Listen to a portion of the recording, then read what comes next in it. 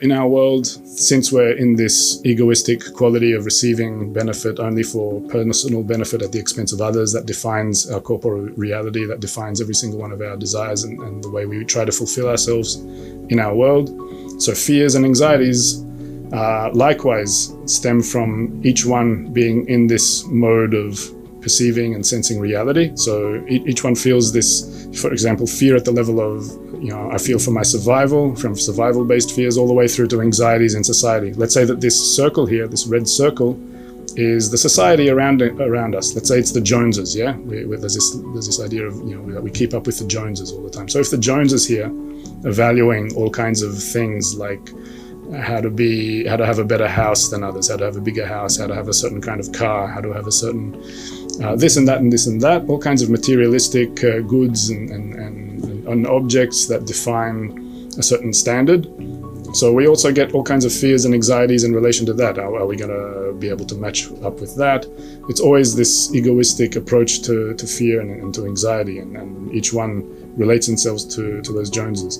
What's important here is that it's not that we eliminate fear and anxiety in spirituality. No emotions are eliminated. Rather, we learn how to acquire a new direction to them. So let's say that these same Joneses here are people who all have this common direction, this common goal, this common movement toward wishing to connect positively above their egoistic drives, yeah? And each one values that more than anything else. So likewise, fears and anxieties would be in relation to that. So what happens here is, instead of a negative direction of fear and anxiety over here, where it's myself in fear for its survival and its existence among others and whether I'm up to the standards of society. So in spirituality, it takes a positive spin. I rather fear and I'm anxious to be as great as these other people around me who value connection, bestowal, love.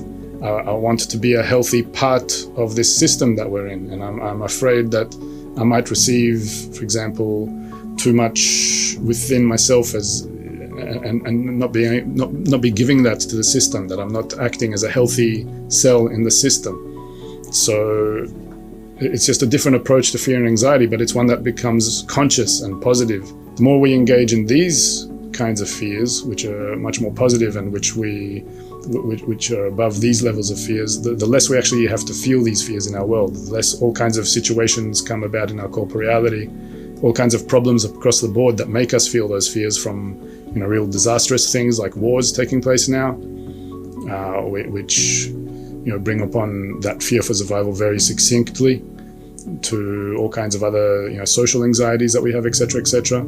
So that's this twist that a spiritual direction to fear and anxiety brings about.